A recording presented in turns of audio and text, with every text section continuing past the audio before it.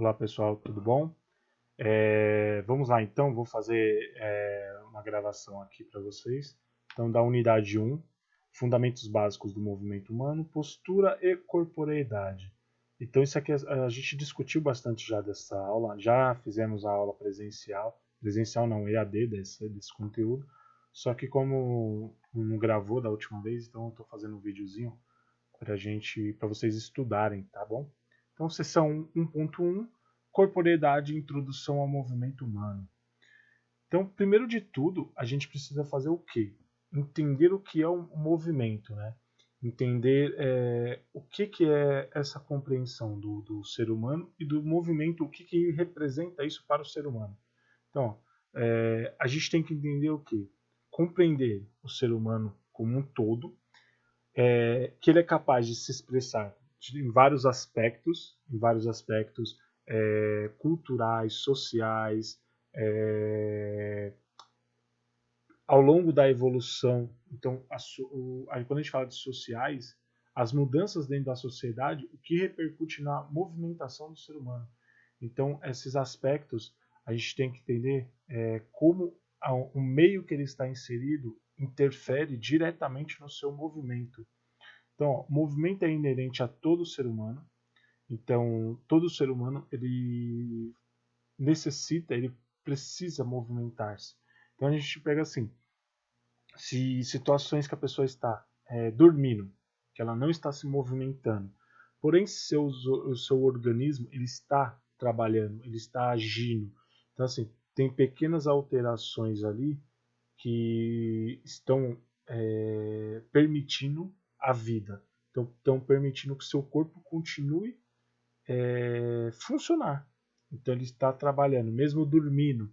Então, porque assim, depois a gente vai ver isso mais tarde ali nas próximas aulas, que o movimento ele está relacionado com você partir de um ponto a outro, você ter uma mudança.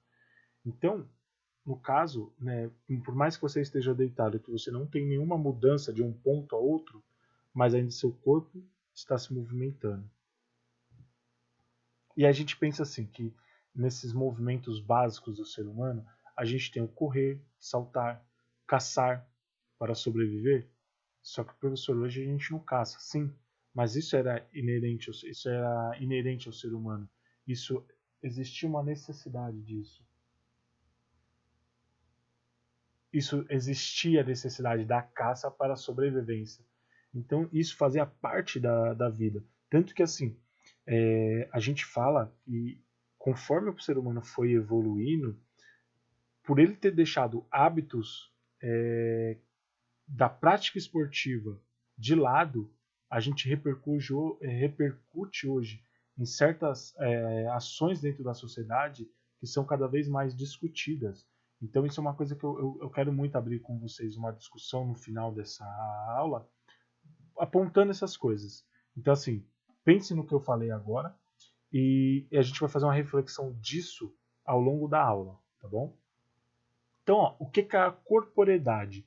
Né? Se o tema da aula é corporeidade, a gente tem que trazer a definição do que é corporeidade. Acho que fica básico que a gente colocar essa definição na introdução. Né? Então, ó, uma relação entre o mundo interior e o mundo exterior. Então, quando a gente fala mundo interior, mundo exterior, estamos falando da parte interna do ser humano. Então, o próprio ser humano e o próprio seu corpo em funcionamento, as ações do ser humano. Então a gente fala do mundo interno.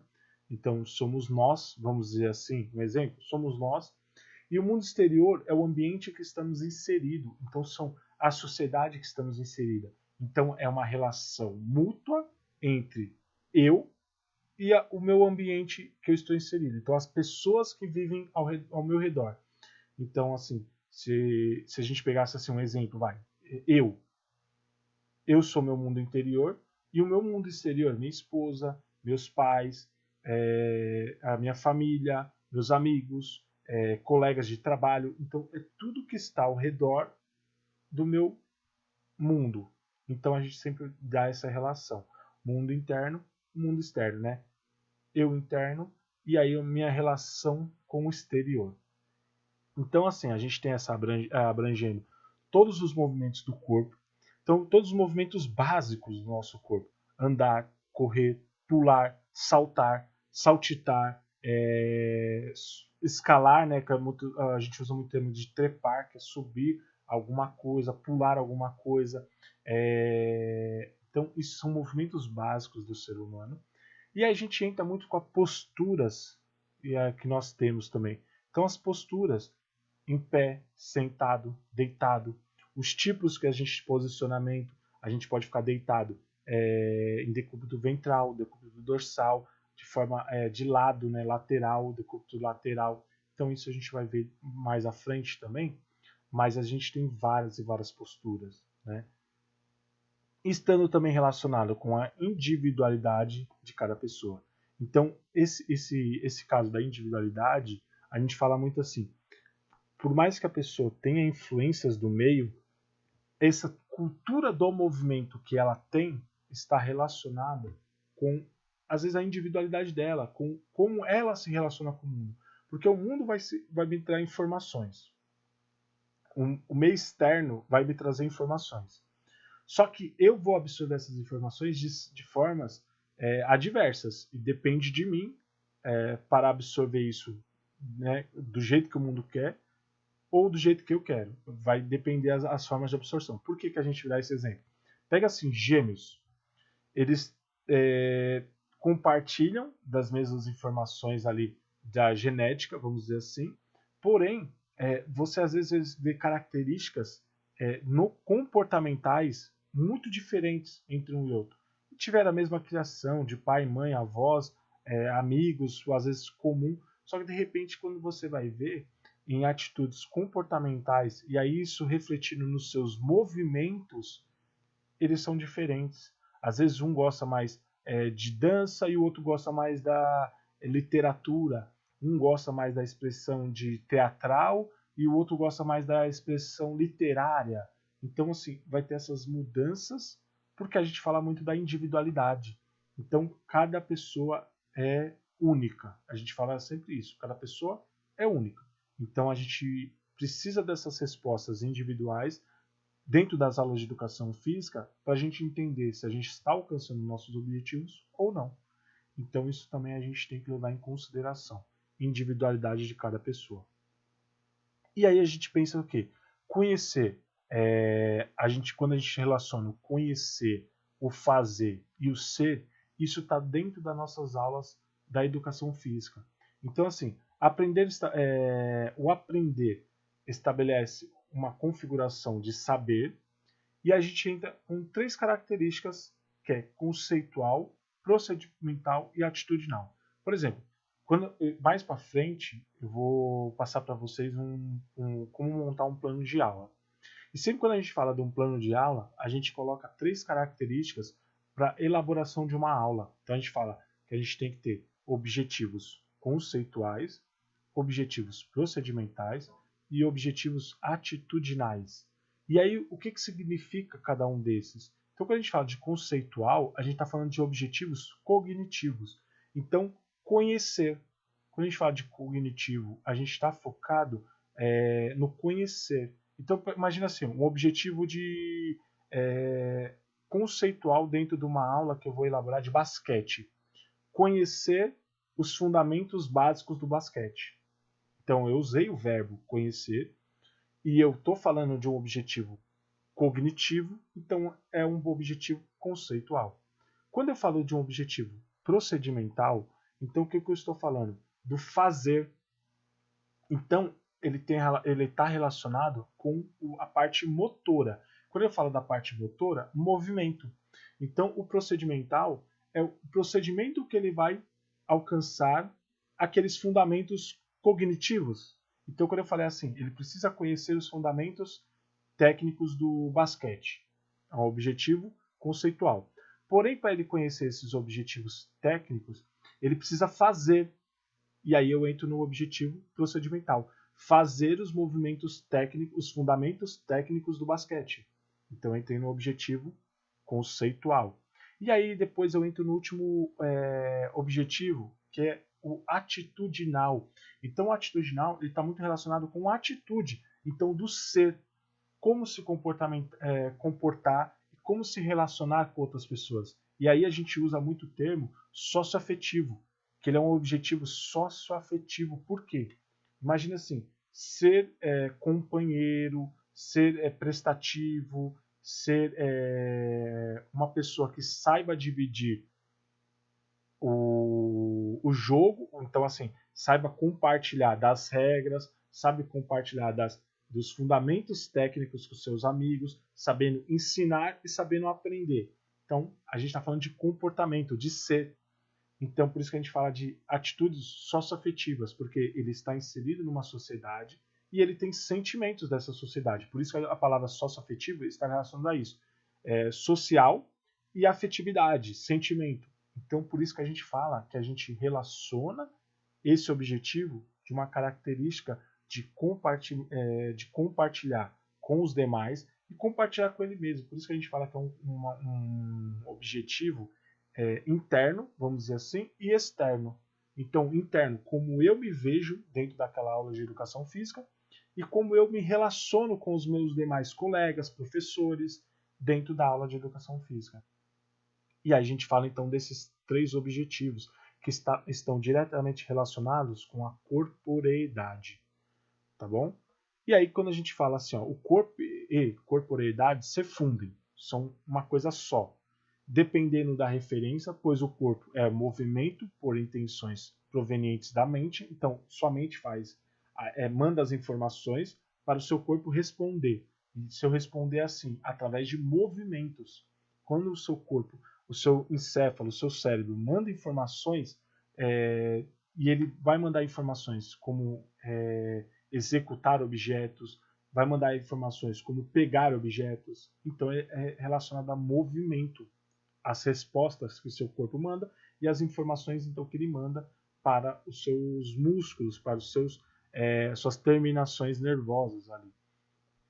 E a corporeidade é a maneira pelo qual o cérebro reconhece e utiliza o corpo como instrumento. Então, assim, a pessoa tem todos os pensamentos, toda a interação dentro da sociedade. Como ela responde a essa sociedade? Se é aquela pessoa que abaixa a cabeça, ela anda de cabeça baixa, cabisbaixa, será que essa pessoa ela tem uma relação com a sociedade de forma positiva? Se ela se sente presente naquela sociedade, se ela se sente reconhecida naquela sociedade, então o corpo dela responde muitas vezes ao que o pensamento dela tem. Então, se ela é uma pessoa insegura, se ela é uma pessoa que não se sente inserido naquele ambiente, ela abaixa a cabeça muitas vezes porque ela não se reconhece ali. Então, ela não quer essa identificação no olhar com outras pessoas. Olha que interessante. Então, a corporeidade é a resposta que nosso cérebro dá e ele utiliza o nosso corpo. E como ele utiliza o nosso corpo? Como apenas um instrumento de execução das suas ideias e pensamentos. E também a capacidade do indivíduo sentir e utilizar. Então, quando a gente fala sentir, ó, lembra lá do atitudinal, do objetivo atitudinal? Que a gente fala muito do conceito, né? Conceito atitudinal, conceito procedimental e conceito conceitual mesmo. É meio confuso, mas depois mais para frente eu vou explicar isso melhor quando eu for montar um plano de aula com vocês. Mas então aqui, ó, também a capacidade do indivíduo sentir e utilizar o corpo como ferramenta da manifestação e interação com o mundo. Então entra diretamente o que eu falei para vocês, dessa interação com o mundo que ele tem. Então, de uma forma, a gente fala muito do conhecimento interpessoal, então o conhecimento dela, e o intrapessoal, que é o relacionamento dela com os outros. Então, essa interação que ele tem com o mundo é um conhecimento intrapessoal. A corporeidade do indivíduo evolui com a idade, pois o corpo é moldado pela cultura.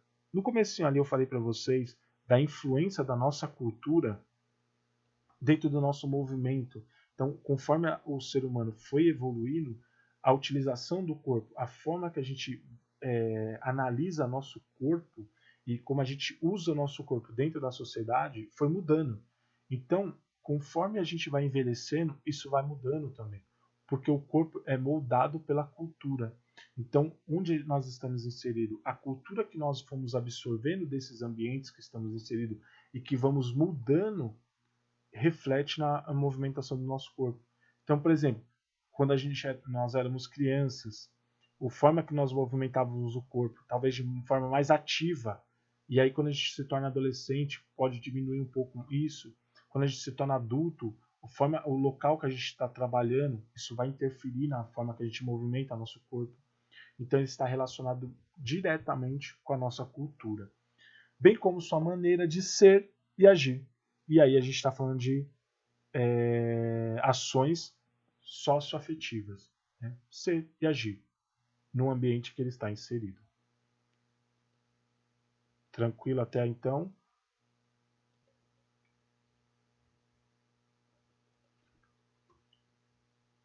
E aí a gente pensa então assim, ó, se a gente estava falando da evolução da humanidade, a busca por alimento e sobrevivência é o que a gente fala muito assim, que isso permitiu uma evolução muito grande da humanidade e até uma diferenciação das demais espécies. E a gente pensa na locomoção, o que permitiu também essa sobrevivência e esse crescimento até intelectual. Tanto que fala o seguinte, façam vocês agora no momento, ó, tentem encostar o polegar na ponta do dedo indicador. Então você vai fazer um movimento como se fosse um movimento de pinça, né? E aí você vai fazer esse mesmo movimento, só que encostando nos demais dedos. Então você vai encostar no dedo anelar, por exemplo, no dedo mínimo, no dedo do meio, né? Faz esse movimento de dedilhar. Esse movimento é chamado de movimento opositor, porque é o fato de você encostar o polegar e conseguir encostar o polegar em todos os dedos. Esse movimento te permite segurar objetos. Esse movimento permite você manipular objetos. E muitos estudos da área da biologia, tentando entender a evolução da humanidade, se baseou daí, do fato de o ser humano ser o único animal que ele consegue fazer o movimento de oposição, e isso é o único fato que diferencia nós de outros animais, de outros mamíferos, por exemplo. E o fato da gente conseguir fazer isso nos permitiu manipular objetos. E o fato. Aí, olha que interessante, são vários fatos que um vai corroborando com o outro. Então, como a gente consegue manipular objetos, fez com que o ser humano desenvolvesse cada vez mais a sua parte intelectual, porque a gente começou a criar esses objetos de outras formas, que desse uma melhor utilização desses objetos. Então, a manipulação de ferramentas para a sobrevivência, para a caça, fogo, utilização do fogo. Então, olha esse desenhozinho aqui, que legal. Vocês estão vendo que ele já está com objetos na mão nesse desenho, conforme a evolução? Então, aqui, ó, a manipulação do fogo, está com uma tocha na mão, e o fato de a gente conseguir, às vezes, manipular o fogo nos permitiu preparar alimentos com uma qualidade melhor. Isso começou a mexer com nossa mastigação, e aí começou a melhorar uma parte, principalmente, dos movimentos da mastigação. Tipo assim, alguns músculos perderam a força que tinham antes, porque eles tinham que ser mais fortes, os dentes tinham que ser mais fortes. Porém, isso acabou mexendo com nossos movimentos, e isso pode ser um fator que nos permitiu desenvolver outros músculos da face, e aí mudou as características dos nossos músculos faciais, por exemplo. E aí, olha que interessante, o fato da gente ter que se comunicar, que isso permitia melhor qualidade de sobrevivência, melhor qualidade de comunicação entre os grupos, as tribos. Então, acabou assim que o ser humano ele começou a desenvolver esses movimentos da face, movimentos, os músculos faciais, que foi facilitando a nossa comunicação e interação com os demais integrantes da tribo, então com o meio. Isso nos permitiu que a gente ter um desenvolvimento maior e até sobrevivência maior. Tribos que tinham esse hábito da comunicação e tribos que não tinham, essas tribos que tinham o hábito da comunicação conseguiam permanecer por mais tempo, então elas sobreviviam a certos ataques de predadores, enquanto aquelas tribos elas não tinham essa permissividade de sobrevivência. Então essas tribos conseguiram se perpetuar de forma maior, porque nisso eles acabam melhorando a sua caça, melhoravam a sua base nutricional, sua alimentação, então eles conseguiam se espalhar mais, reproduzir mais, enquanto aquelas tribos não. E aí pode ser um dos motivos da gente ter se expandido. Isso nada mais que a lei da a evolução de Darwin, que fala o quê? Que não é o mais forte sobrevive e aqui a gente vai evoluindo, a gente vai mudando. Não, a gente não é que a gente vai mudando. Aqueles que têm certas mudanças que vai permitir sobreviver mais do que os outros, por quê? Porque ele vai se preservar contra predadores, que ele vai conseguir sobreviver em certas situações em relação a outras da mesma espécie, mas com características diferentes, ele vai conseguir se expandir mais, porque ele vai se expandir, porque ele vai ter uma procriação maior, e aqueles que não, eles vão ter uma procriação menor, então eles vão acabar entrando em extinção, e aqueles outros vão se continuar evoluindo. Olha que interessante. Então, nada mais do que a lei da evolução, né, de Darwin. E a gente pensa o seguinte, ó, existe algumas características interessantes a gente pensar quanto aos pensadores, o que eles falam do movimento. Então, penso, logo existo, que é um pensador de Descartes. Ele falava sobre dessa característica assim, o ato de pensar, você é o ato de existir. Então, o fato da gente pensar já significa que a gente existe dentro de uma sociedade, a gente existe em um mundo, vamos dizer assim. Então, a gente sempre fala que a evolução do homem ele sempre passa do pensamento. Conforme a gente vai evoluindo o nosso pensamento, nosso raciocínio, isso evolui nossa interação com o meio e nos permite ter o quê? Um crescimento tecnológico, de novas criações, de novas ferramentas que vão possibilitar a interação melhor, mais ampla do ser humano. Então, é nada mais do que a evolução, se tornando, dando vários mais passos, vamos dizer assim, rumo a novas conquistas. Então, o equilíbrio entre o corpo e mente é muito importante, e é um equilíbrio que sempre autores falam disso, né? Desse equilíbrio corpo e mente. Por exemplo, Pitágoras fala, né? Não faças de teu corpo a tumba de tua alma. Então, o corpo ele não é apenas um reservatório da alma, né? Muitos filósofos tinham esse pensamento, mas o corpo ele vai além. Ele é a resposta dos seus pensamentos. Então, seu corpo é apenas um receptáculo da sua alma, mas ele é a ação direta de nossos pensamentos, de nossas ações. Então, por isso que a gente tem que ter esse equilíbrio entre corpo e mente.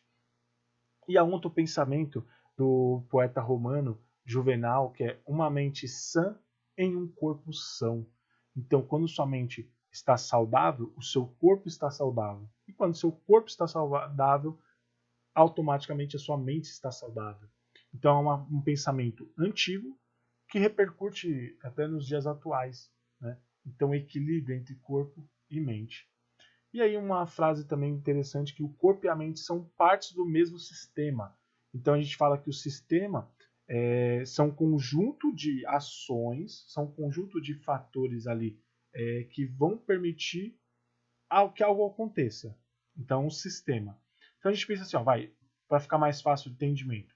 Quando a gente fala de sistema respiratório, então é um conjunto de órgãos que eles vão trabalhar de forma comum, de forma igual, não de forma igual, mas com o mesmo objetivo. Eles vão trabalhar com o mesmo objetivo. Cada um com o seu tipo de trabalho, por isso que não é da forma igual, cada um do seu tipo de trabalho, porém querendo alcançar o mesmo objetivo. Quase no sistema respiratório, fazer com que o ar entre até os pulmões, chegue até os alvéolos, faça a troca dos gases entre os alvéolos e o sangue, e depois retorne esse ar com maior quantidade de CO2 que seja expelido pelo nosso organismo. E aí, todos os envolvidos nessa trajetória do ar fazem parte desse sistema respiratório. Quando a gente fala do sistema cardiovascular, então é o coração, veias, artérias, arteríolas, capilares arteriais, capilares venosos, vênulas, sangue, glóbulos vermelhos, glóbulos brancos, todos eles fazem parte desse sistema cardiovascular que vão permitir vão trabalhar em conjunto com o mesmo objetivo: levar nutrientes, levar oxigênio para todas as células do nosso corpo, remover metabólitos, remover sujeira metabólica ali, remover CO2 dessas células. Então eles vão trabalhar de forma comum para chegar ao mesmo objetivo. E aí a gente pensa numa última frasezinha aqui, ó, do corpo objeto para o corpo sujeito. Então, a gente foge um pouco desse conceito então, do corpo objeto apenas como um objeto, apenas como um objeto inanimado, que sem a ação da mente não funciona, e a gente pensa no corpo sujeito, o corpo que responde às ações da mente. Ele não é que ele depende da mente, ele trabalha junto com a mente para que aconteçam as coisas. Então, é o corpo sujeito. Então, assim, vamos focar um pouquinho na antiguidade. Quando a gente fala da pré-história, a gente está falando dos povos antes da escrita. Então, são os povos que a interação deles vinha antes da escrita, então, teoricamente, também antes ainda um período que tinha um pouco da comunicação verbal, porém ainda não era uma comunicação verbal, talvez, refinada, que nem com pós-pré-história. E aí, quando acontece? Qual que é a interação deles com o meio de sobrevivência, caça, preservar a tribo e os demais de predadores, poder trazer alimento para os seus da tribo. Então, enquanto alguns grupos faziam ali todo o processo de proteção do grupo, do bando, outros ali estavam no momento, às vezes, de uma refeição, que foi possível graças a esse grupo que está protegendo, enquanto outros estavam liderando também o grupo rumo a novos lugares, rumo a novas tocas, rumo a novos casas, porque eles tinham que ficar migrando de locais que tivessem alimento, saindo de locais que não tinham mais o aporte nutricional suficiente ali, então alimento suficiente ali, e aí eles tinham que migrar, fazer essas migrações. Então aí que parte a evolução, de saber usar as ferramentas, criação de novas ferramentas, novas tecnologias que vão permitir fazer movimentos de forma mais ampla, movimentos mais apurados, e a gente pensa novamente lanças, arco e flecha, o uso melhor da pedra, do fogo. Então, saber usar essas ferramentas nos permitiu criar novas ferramentas, criar outras ferramentas. E aí a gente pensa depois na antiguidade ali, Grécia Antiga. Depois da Grécia Antiga a gente tem Roma, que acabou dominando a Grécia. E a gente pensa que o ser humano ali nesse período sempre falava do corpo são, mente sã, falava sempre do corpo como parte fundamental para o desenvolvimento intelectual, se a gente pensa na Grécia Antiga. E o corpo sendo utilizado também como base de guerreiros, criação de novos guerreiros, e aí a proteção novamente que a gente fala. Proteção do reino, proteção, no caso não do reino, mas das cidades, né, gregas, das cidades romanas depois. Então a gente pensa no corpo sendo totalmente uma resposta da sociedade que estava sendo vivida, da sociedade que estava sendo almejada. Então, a criação de guerreiros, de protetores, cada vez mais força muscular, cada vez mais desenvoltura para poder proteger melhor toda a cidade grega, no caso, depois Roma. E a gente pensa depois, mais à frente, ali, Idade Média, que é depois de Cristo. Então a gente já pensa 1500 antes, né, na verdade não chega a 1500, na verdade 500 depois de Cristo, 700 depois de Cristo. Então, a gente pensa na Idade Média, que o uso do corpo já tem uma modificação muito grande ali, que já tem ainda o cunho da proteção, o cunho de proteger o reino, no caso, né? Proteger a cidade já é o reino, proteger a igreja, que tinha muita força, e proteger toda a cultura com base no rei e no reino, e com base na igreja. Então, o corpo ele já tem uma modificação, tanto que fala assim que na Idade Média, muitos cientistas consideram como a Idade das Trevas, que a gente deixou de conhecer, de valorizar o conhecimento filosófico, conhecimento cultural, que antes era valorizado na Grécia Antiga, por exemplo, né?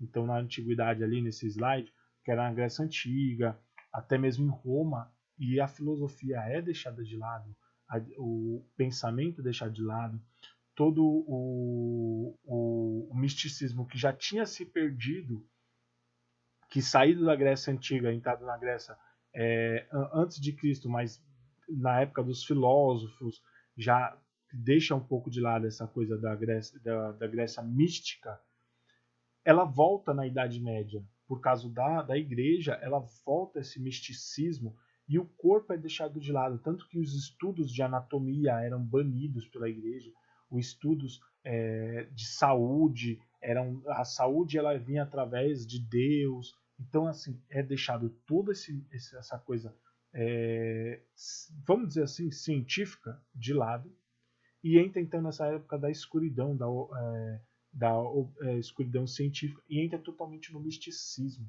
Tanto que com a educação física, se a gente pensa na valorização do corpo, ela é totalmente deixada de lado, e a gente pensa nas pessoas com deficiência. Na educação física, quando eu dei exemplo, né, na verdade não existe educação física aí. Mas eu digo quando a nossa ferramenta dentro da educação física é o corpo. O corpo é totalmente deixado de lado, e aquelas pessoas que têm qualquer deformidade, no caso, assim, pessoas com deficiência, né, que aí eles viam na época como deformidades, então pessoas com deficiência eram deixadas exclusas da sociedade, eram excluídas da sociedade, e aí quando elas eram trazidas em algumas situações para a sociedade, eram apenas por se elas tivessem dinheiro, se elas fossem ricas e fossem filhos de grandes não só reis, mas fidalgos, grandes donos de terras, e aí eles teriam algum direito, mas com muitas ressalvas. E aí os cuidados, esses direitos tinham cuidados pela igreja, né? Então também tinha isso. Então o movimento é totalmente voltado apenas para Deus, vamos dizer assim. É voltado para a igreja, no caso. Então a Idade Média é a época que menos, vamos dizer assim, evoluímos o conhecimento do corpo. E mais foi valorizado o misticismo. Não é nem o pensamento, não era nem a filosofia, mas o misticismo. É apenas as crenças em um Deus. E mais à frente aí a gente tem na Idade Moderna, né? Então aí sim, 1500, 1400, ali 1300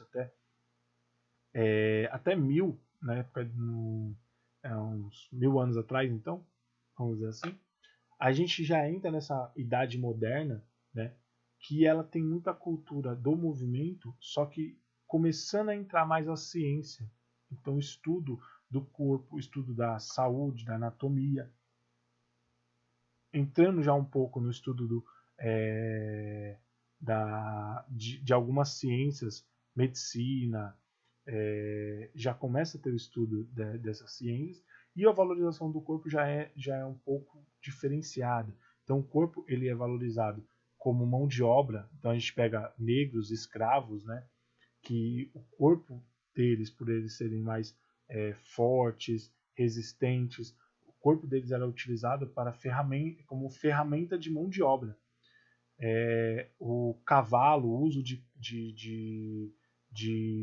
cavalo, de guerreiros, para que as guerras já eram diferentes, né, nesse período já da Idade Moderna, e o corpo também é utilizado de forma diferente dentro dessas guerras. né, dentro dessas ações, dessa cultura, dessa época. Então o corpo tem uma modificação ali nas suas ações de resposta à cultura da época.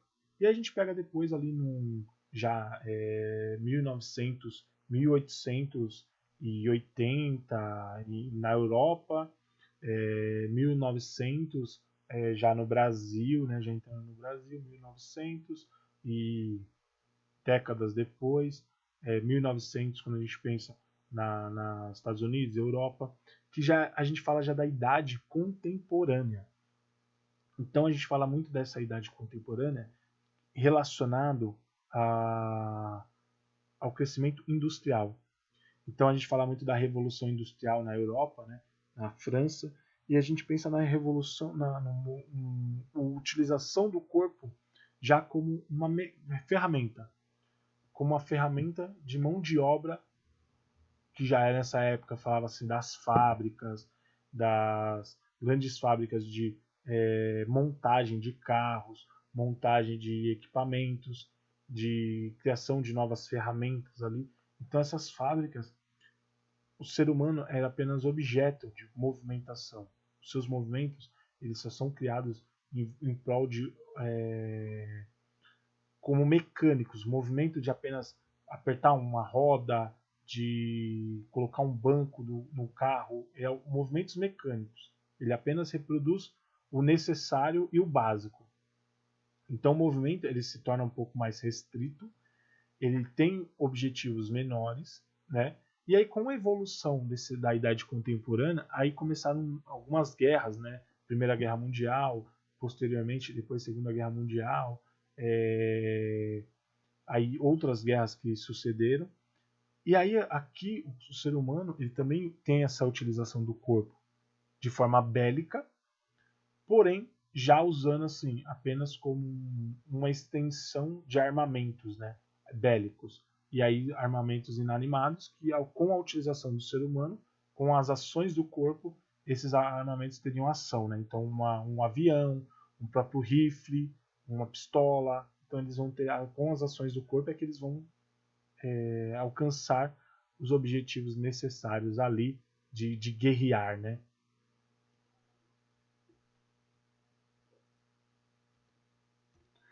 E aí a gente tem a corporeidade na educação escolar. Então agora vamos focar mais na nossa educação física mesmo. Vamos focar um pouco nisso.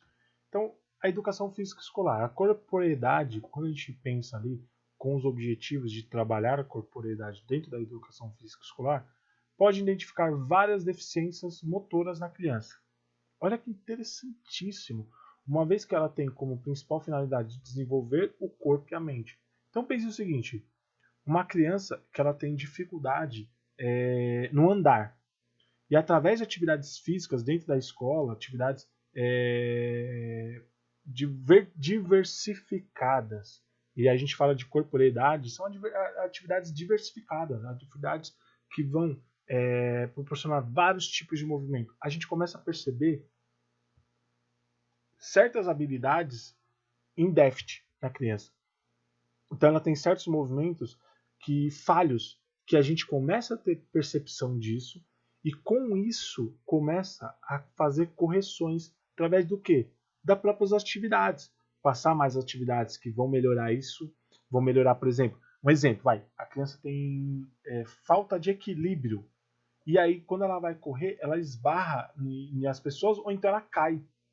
E a gente começa a passar de atividades de equilíbrio que vão gerar menos risco para ela cair, porém vão gerar instabilidades que ela vai corrigir no seu corpo através de contrações musculares e de posturas que vão possibilitar ela o quê? Uma melhora do equilíbrio.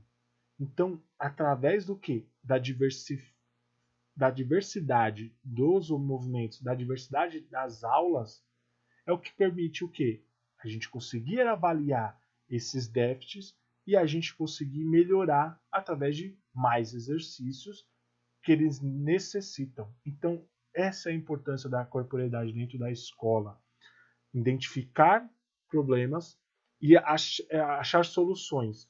Então, assim, professor, mas eu necessariamente vou achar problemas? Não, não necessariamente. Pode ser que você não ache nenhum problema. E aí significa que os trabalhos estão sendo bem feitos. E aí você deve dar continuidade a esses trabalhos para manter o quê? Qualidade motora, qualidade de utilização da mente com o corpo. A utilização dos dois em conjunto. Olha que legal. Essa é a nossa função dentro da educação física escolar. Então a finalidade é promover seu desenvolvimento neuropsicomotor. Então, neuropsicomotor a gente está falando de ações, conexões do sistema nervoso central, pensamento psico, então está relacionado com pensamento, comportamento e motor ao movimento. Então a resposta do encéfalo, do cérebro, então vão trazer informações neurais. A resposta do pensamento, então do comportamento, das características comportamentais e motora do movimento. Então a união dos três. Então a finalidade é apenas promover um desenvolvimento desses aspectos. Então, noções de espacialidade, quando nós falamos de espacialidade, estamos relacionando a ela se reconhecer no local que ela está, ela se movimentar, sabendo o que o corpo dela está se posicionando, como está se posicionando, então como é que ela precisa colocar o pé, posicionar o pé, como ela precisa posicionar a mão, o tempo que ela vai posicionar a mão para fazer, às vezes, um toque em um objeto, poder pegar um objeto. Espacialidade, ela consegue trabalhar todo o espaço ao seu redor. Então imagina assim, ela está andando num corredor da sala de aula, que tem um monte de cadeiras e carteiras. Se ela esbarra, vai esbarrando, se ela bate um e cai, ela tem déficit na espacialidade, porque ela não tem uma resposta de consciência corporal naquele espaço, naquela linha reta ou uma curva. Então é onde você começa a fazer exercícios que vão melhorar essa espacialidade. Lateralidade. E aí está muito relacionado a movimentos laterais e tudo que está ao nosso lado. Então essa lateralidade também está relacionada com esse exemplo que eu dei do corredor, porque você vai batendo nos objetos ao seu lado, vai bater no braço, você está movimentando o braço, de repente está batendo nos lados, na cadeira, nas carteiras e está se machucando. Então você tem um problema de lateralidade, de ter uma resposta, às vezes entender lado direito, lado esquerdo, movimentação de membro inferior, né? Então membros inferiores a gente está falando de coxa, perna e pé. A gente está falando de movimentação com o lado direito, lado esquerdo, lateralidade. Temporalidade, então nós estamos se referindo a noções do tempo em que as coisas estão se movimentando e como a gente se relaciona com esses objetos, essas coisas. Então pensa assim, ó, quando eu jogo uma bola para cima, essa bola vai ter um tempo que ela vai subir e ela vai ter um tempo também de retorno, de queda ao solo. E aí eu tenho um tempo de reação em movimentar e segurar essa bola antes de ela cair no chão. Se eu jogo uma bola para o meu amigo, ele também tem uma análise dessa bola, aonde que ela está indo. Então a gente está envolvendo lateralidade, espacialidade, aonde ela está indo.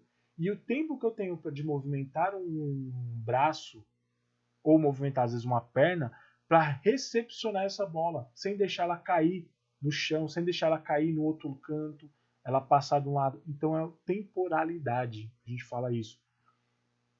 Então noções de consciência corporal, isso é uma coisa que a gente vai falar muito mais para frente, consciência corporal, de entender seu corpo, de entender todas as capacidades de movimentação do seu corpo e entender o que é possível fazer, o que não é possível fazer.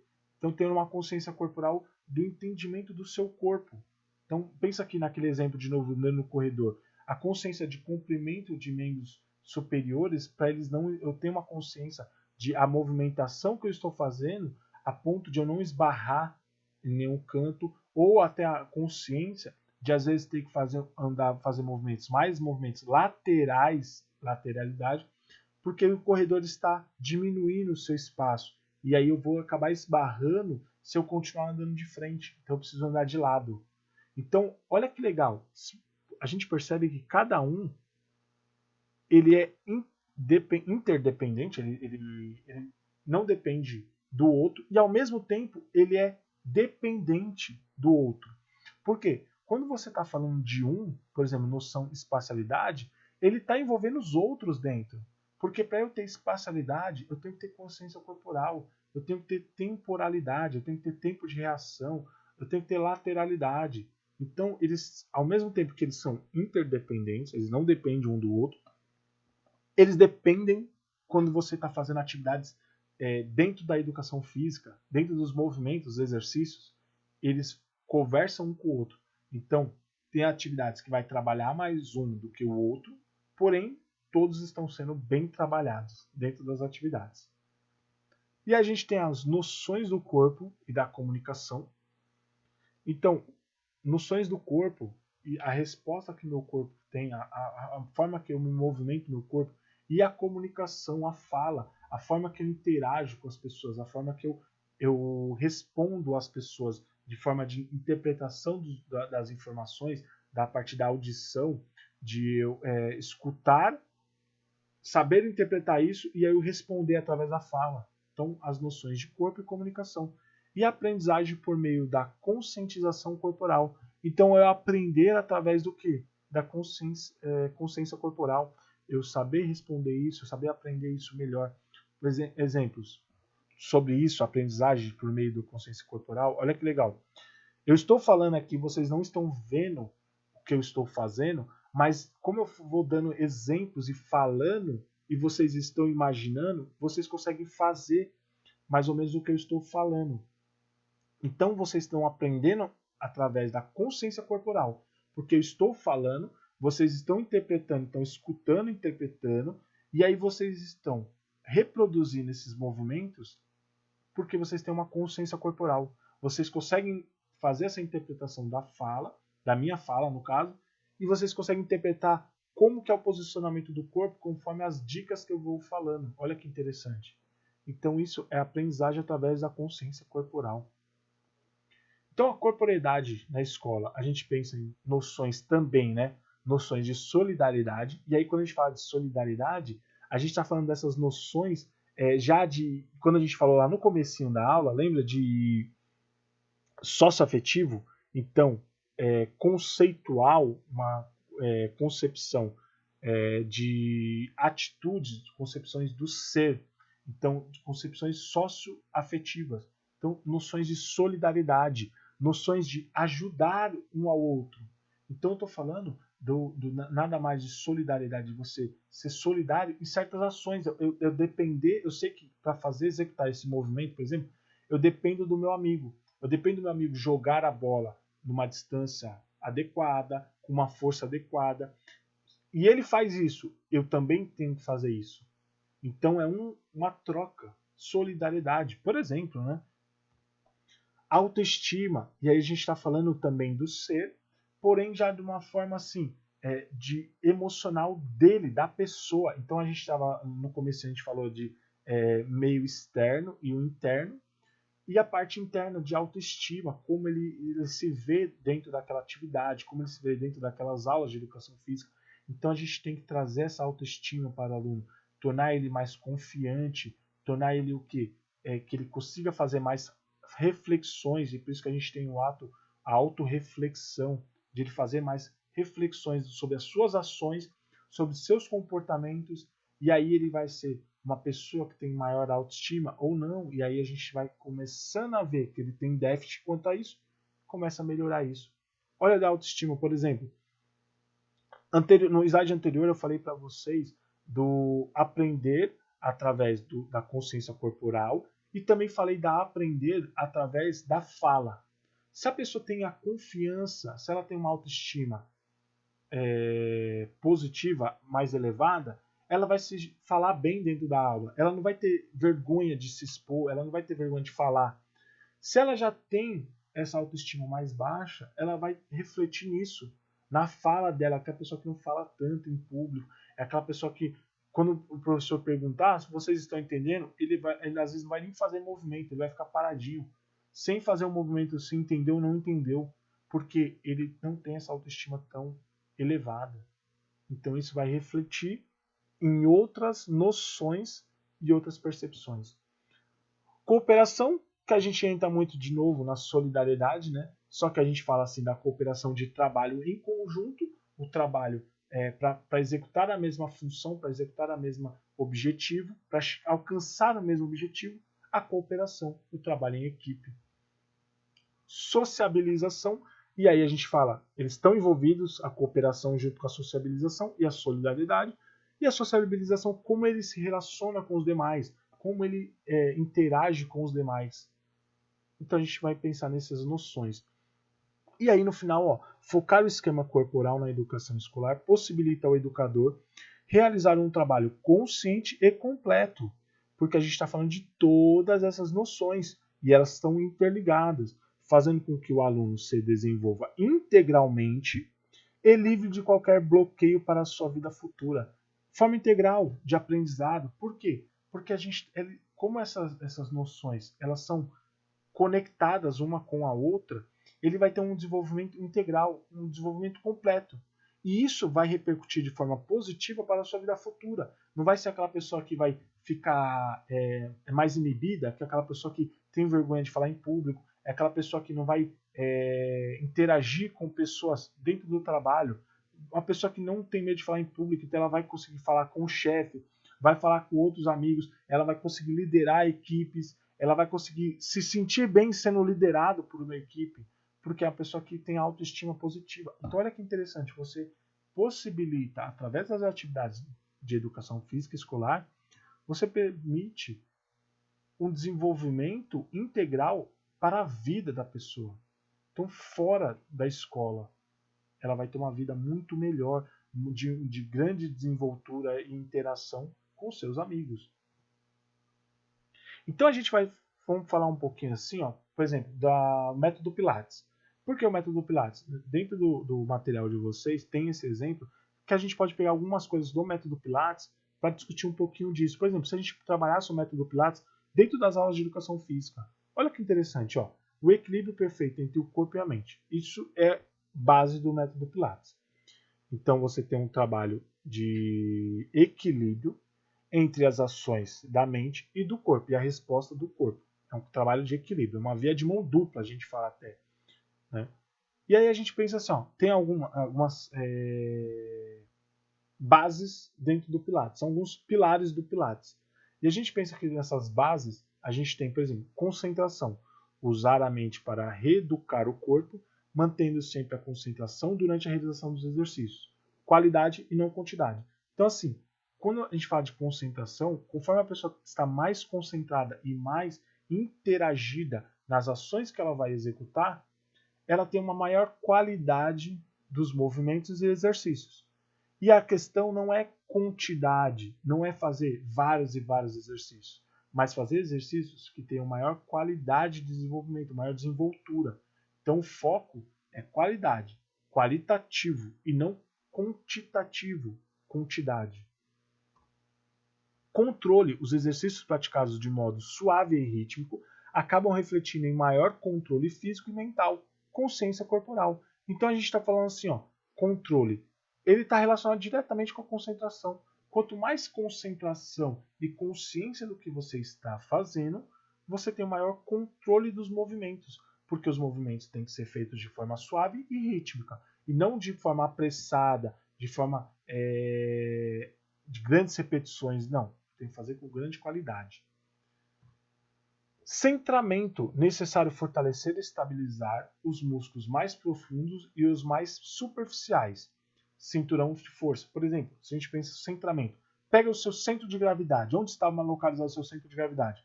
A gente sempre direciona no umbigo e bem no centro do nosso corpo. Então, se a gente fala do umbigo, no centro do nosso corpo, a gente está falando, por exemplo, da coluna, né? Então ele está ali, o nosso centro de gravidade, na direção umbilical. A gente fortalece tudo o que está ao redor dessa região. Então, dentro do método Pilates, o maior fortalecimento dessas regiões permite o quê? Uma melhor postura, permite o quê? Uma melhor respiração, permite um melhor movimento ao sentar ou ao ficar em pé, permite melhores movimentos ao deitar, ela sente menos dores ao deitar porque ela tem uma movimentação melhor. Então, o centramento dentro do método Pilates é muito importante. E aí a respiração. Respiração, utilização da respiração em todos os movimentos do início ao término. Respirar expandindo a caixa torácica por meio do movimento completo das costelas e manutenção da conexão entre o assoalho pélvico e o diafragma.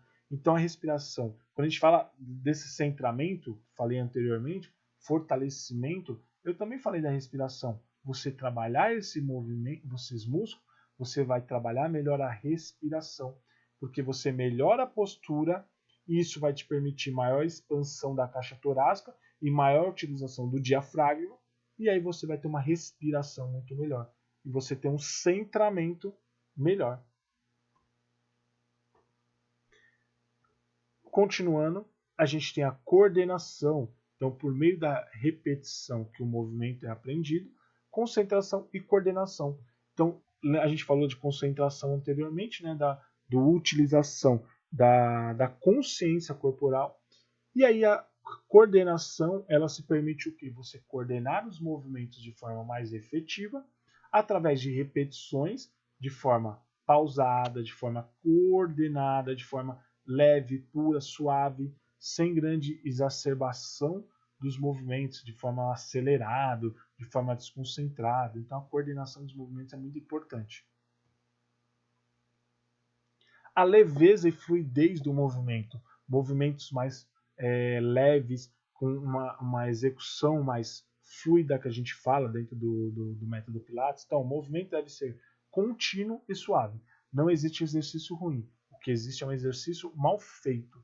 E por isso que a gente tem que fazer movimentos com uma continuidade, a gente fala, né? Com uma suavidade, porque a gente faz os movimentos tendo maior concentração e assim coordenação motora. E aí a precisão do movimento deve-se ter o tempo necessário. Então o tempo de concentração do movimento ele se torna correto. Então a precisão do movimento só é alcançada com a prática e assim ter uma progressão. Então você precisa fazer movimentos mais precisos. Precisão ao movimento, fazer movimentos que tenha o seu início, meio e fim. Então, precisão ao movimento, ter uma concentração quanto ao movimento que está sendo executado, entendendo seu início, meio e fim. Força. O aumento da força dos músculos utilizados no exercício podem ser chamado de resistência, então você aumentando a resistência de força muscular. Isto promove a tonicidade dos músculos, então músculos mais torneados e aí tonificados, porque eles têm maior estabilidade, tem maior tônus muscular, que é a força já do músculo para gerar maior estabilização. Então a pessoa tem maior estabilização de todas as estruturas do seu corpo, assim ela tem menos sobrecarga articular, sobrecarga de peso, sobrecarga de movimentos, ela tem maior coordenação e aí ela tem maior estabilização da força. E no finalzinho aqui a gente tem um relaxamento. Então o equilíbrio do corpo é afetado pelos músculos que estão tensos, pela respiração alterada, pela falta dos movimentos espontâneos. E aí a gente tem todas essas alterações. Então o relaxamento ele vem para trazer o quê? Um equilíbrio dessas manifestações negativas. Tensão, respiração inadequada. A gente vem com um relaxamento, são exercícios que você faz de forma a pausadamente utilizando a respiração e aí você gerar maior relaxamento da musculatura para você gerar menor tensão e assim você gerar uma maior coordenação dos movimentos. Então vocês dá para ver aí que no método Pilates essas bases dentro do método elas são conectadas também. Não tem como você falar delas, você fala delas de forma isolada, com uma forma didática, como eu estou falando para vocês, porém elas estão conectadas, é uma conversando com a outra. Elas trabalham em conjunto.